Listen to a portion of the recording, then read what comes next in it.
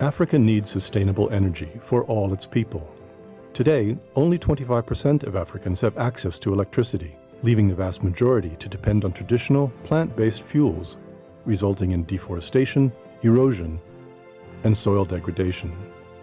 This adverse pattern of energy use is even more accentuated in the East Africa region, despite the fact that the region has the largest share of the continent's hydropower and geothermal energy potentials. The need to shift energy production away from biomass fuels is urgent. Clean and renewable sources such as hydropower, solar, wind, and geothermal energy point the way to a more sustainable future. Among renewables, geothermal energy makes the most sense in East Africa. Hydro is supposed to be cheaper, but because of dry seasons, availability is low. Geothermal wins out due to its low CO2 emissions and its regional abundance. Geothermal, being green and available, is used as a baseload.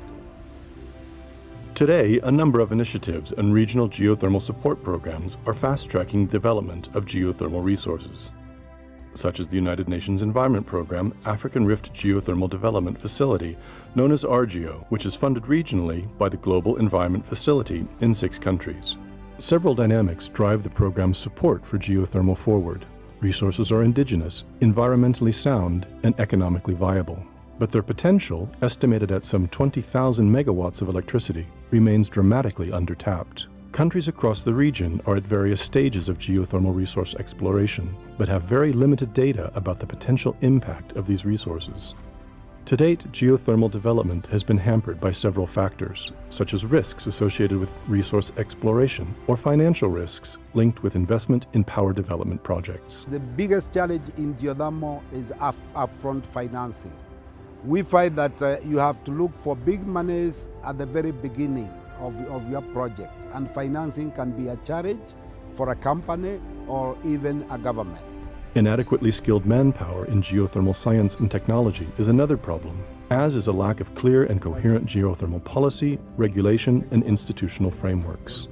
Geothermal were first located in Mineral Department, where a license was given, and we are supposed to work it in the Energy Department now.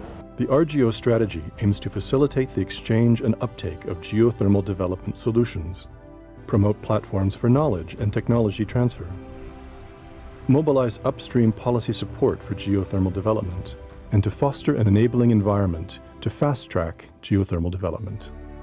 ARGeo has successfully completed projects in Kenya and Ethiopia. These project pipelines will be used for further investment and development to be financed through the AUC KFW Geothermal Risk Mitigation Facility and other investors. Additional funds are earmarked for other pipelines in Eritrea and Uganda. This will involve the scientific surveys to bring up to pre-feasibility that is bankable. ARGeo is helping countries with technical advice, regulatory and institutional frameworks, database websites, and professional networking opportunities. This Mangalore event has been very useful because as GDC we promise to help the East African countries fast-track their geothermal projects. The program also aims to strengthen institutional and infrastructural capacities, whilst building an expanding web of partnerships and alliances with key players across the region. We have acquired real practical skills from the experts of GDC, and we hope when we reach home, we shall even train our colleagues. UNEP and its partners are committed to reducing greenhouse gas emissions through low-carbon geothermal energy, both as a base load and generation mix. We encourage all development partners, financing institutions, and the private sector to play a part in developing East Africa's geothermal riches. Geothermal is real and it can benefit the continent and help reduce poverty. We hope that many countries in Africa will follow suit and develop their resources that we know is abundant.